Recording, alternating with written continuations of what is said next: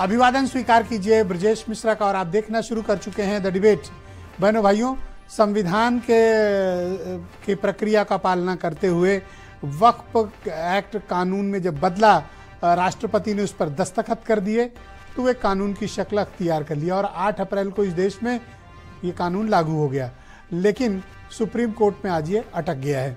आज हम इस मसले पर चर्चा करेंगे कि वक्फ एक्ट का जो कानून है उस पर सुप्रीम कोर्ट ने क्या ऑब्जर्वेशंस दिए हैं और उसके मायने क्या हैं और आगे क्या होने वाला है। आज महत्वपूर्ण चर्चा इसी विषय की। बहन भाइयों, 8 अप्रैल को वक्फ का नया कानून इस देश में लागू हो जाता है और 17 अप्रैल यानी आज दोपहर से यथास्थिति बनाए रखने के आदेश हो जाते हैं।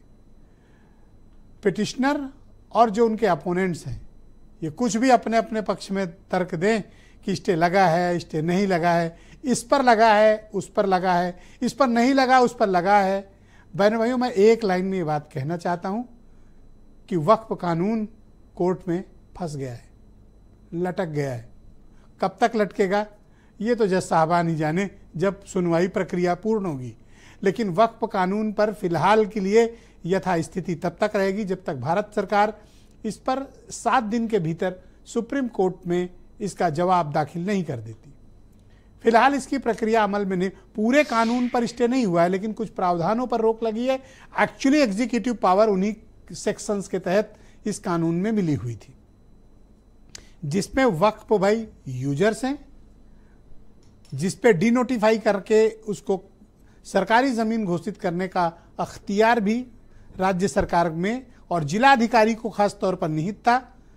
उन सब पर फिलहाल के लिए रोक लगा दी गई और जो काउंसिल बनेगी उसमें सभी सदस्य मुसलमान हों, ये भी कोर्ट इंश्योर करना चाहती है।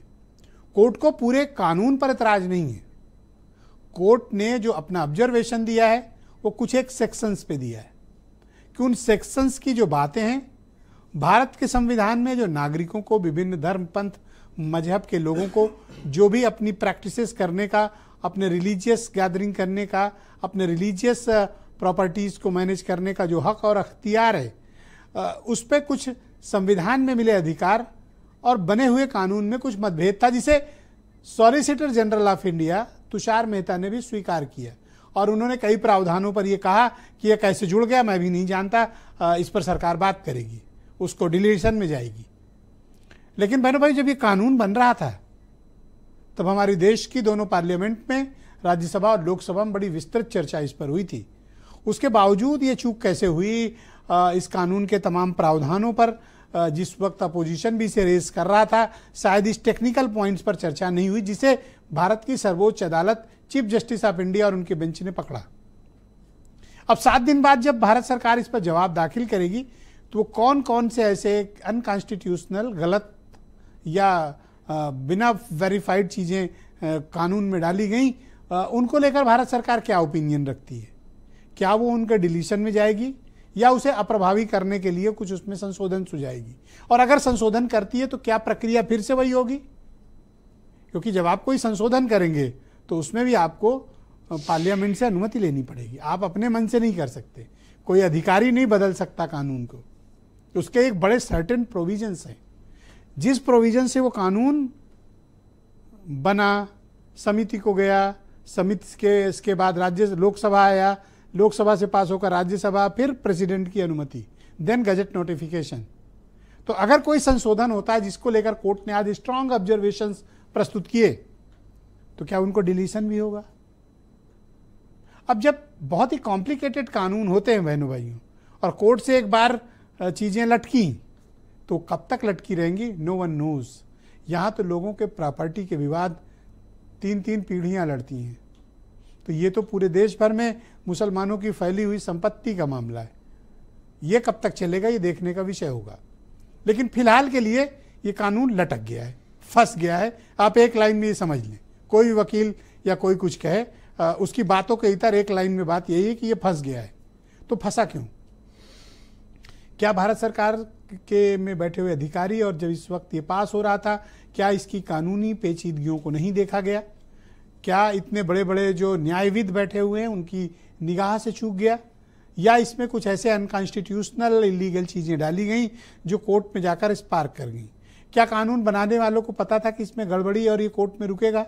संवैधानिक रूप से तो ये पास हो गया है, ये कानून है, लेकिन आर्टिकल 142 इस देश में हमारी अदालतों को बहुत बड़ी ताकत देता है। ये जुडिशियल रिव्यू करने का अधिकार देता है और यही अधिकार भारतीय अदालतों को पूरी प्रक्रिया में सर्वोच्च स्थान पर रखती है। आप इस आर्टिकल को हमेशा याद रखिएगा, 142। यही बिगेस्ट असेट, बिगेस्ट पावर है जो भारतीय अदालतों को ताकत देती है ताकि वो सत्ता के द्वारा बनाए गए या संसद द्वारा बनाए गए किसी भी कानून का रिव्यू कर सकती है, उनको जुडिशियल रिव्यू कर सकती है कि यह संवैधानिक दृष्टिकोण से सही है या गलत।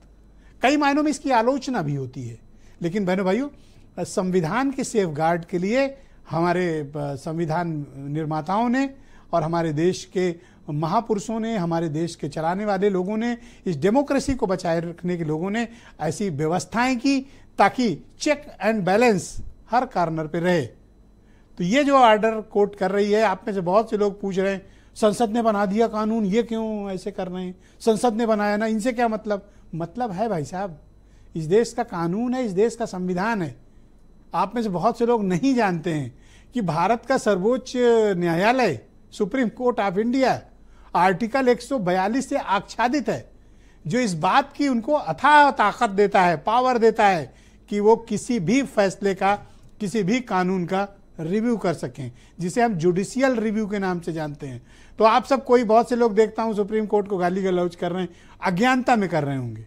आप भारत का संविधान जानते होंगे तो आप नहीं करेंगे। क्यों? क्योंकि उनके पास पावर है।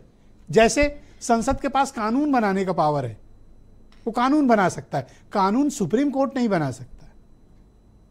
तो उसी तरह 142 ये अधिकार देता है कि वो जुडिशियल रिव्यू करे। आप बेवजह में जजों के साथ बदतमीजी कर रहे हैं, कुछ लोग गाली गलौज कर रहे हैं, उन्हें हक है, या तो 142 खत्म कर दो, वो नहीं कर सकते, अभी है 142, तो आपको जुडिशियल रिव्यू में जाना है। तो मैं चाहता हूं कुछ स्टेटमेंट सुने, फिर आज की डिबेट।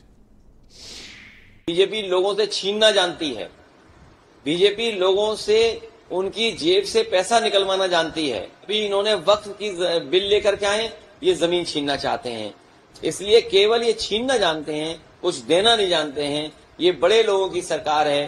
ये स्वागत योग्य कदम है सुप्रीम कोर्ट का। तो जो देश में एक इंप्रेशन बना रहे थे कि किसी तरीके से इस पे इंटरिम ऑर्डर हो जाए और एक चीजें हो जाएं, तो वो सुप्रीम कोर्ट ने सरकार को 7 दिन का वक्त दिया, फिर और पिटिशनर्स को टाइम दिया है, तो निश्चित तौर से स्वागत योग्य। सुप्रीम कोर्ट ने तो कह दिया है कि वक्फ बाय यूजर पे सुप्रीम कोर्ट ने 1 माह में स्टे लगाया है और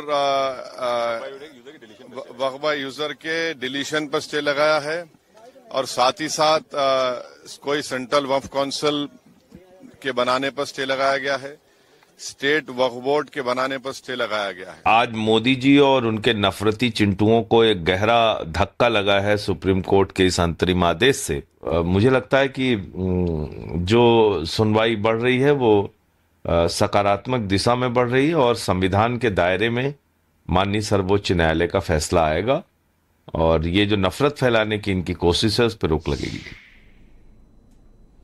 तो सुप्रीम कोर्ट ने आधे घंटे की सुनवाई के बाद ही इस पर अंतरिम आदेश जारी कर दिया है। उम्मीद है कि 5 मई को इस पर सुनवाई दोबारा से शुरू होगी, लेकिन 1 हफ्ते के भीतर भारत सरकार इस पर अपना जवाब दाखिल करेगी। तब सरकार का रुख स्पष्ट होगा कि कोर्ट के ऑब्जर्वेशन के बाद सरकार क्या रुख अख्तियार रखती है। मेरे साथ आज के कार्यक्रम में भारतीय जनता पार्टी के प्रवक्ता आनंद दुबे मौजूद हैं, सीबी पांडे साहब फॉर्मर जज हैं हमारे साथ कार्यक्रम में मौजूद हैं, सुलेमान मोहम्मद खान राष्ट्रीय प्रवक्ता हैं कांग्रेस कमेटी के, थोड़ी देर में हमें ज्वाइन करेंगे, अनूप संडा समाजवादी पार्टी के प्रवक्ता हैं, आसिम वकार MIM के राष्ट्रीय प्रवक्ता, डॉक्टर शैलेंद्र शर्मा हमें ज्वाइन करेंगे, संघ से जुड़े हुए विचारक हैं, SM अशरफ जाने माने मुस्लिम स्कॉलर, और वीरेंद्र जी हमारे स्टेट हेड। शुक्रिया।